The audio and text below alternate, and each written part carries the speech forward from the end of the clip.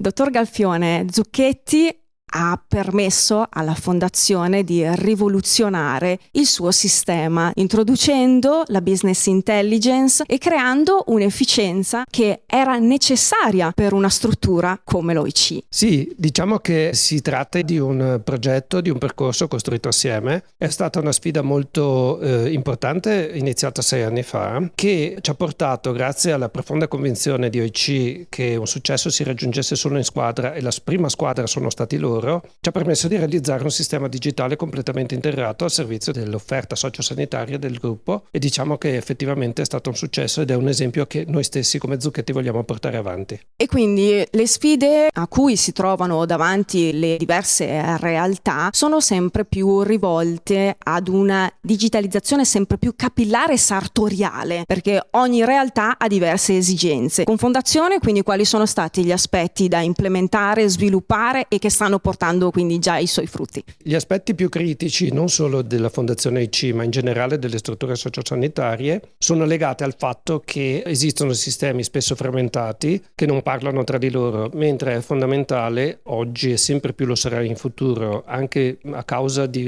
normative sempre più stringenti in termini di sicurezza dei sistemi digitali, arrivare a dei sistemi fortemente integrati, adattivi, non solo sartoriali ma configurabili sulle esigenze del processo delle singole strutture. Questa sarà la soluzione vincente. E quando si guarda alla digitalizzazione si parla anche sempre più di artificial intelligence.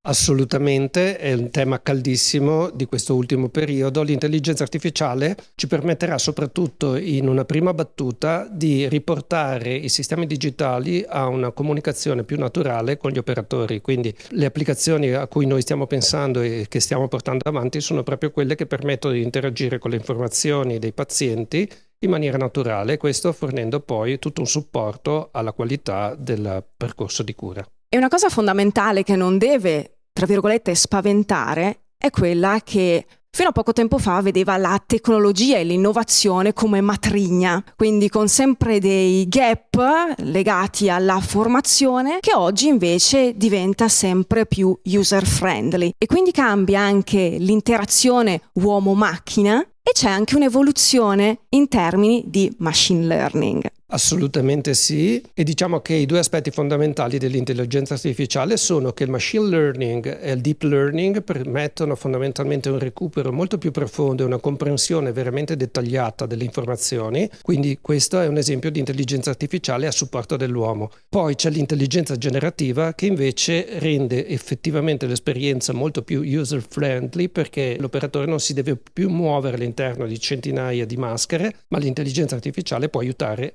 fondamentalmente sia a inserire che a recuperare i dati. Credo che Fondazione abbia avuto la modestia di guardare con estremo realismo ai limiti della propria organizzazione, e con la propria organizzazione oggi veramente è diventato un esempio di come si possa utilizzare un sistema digitale integrato per rendere sempre migliore il servizio ai propri ospiti.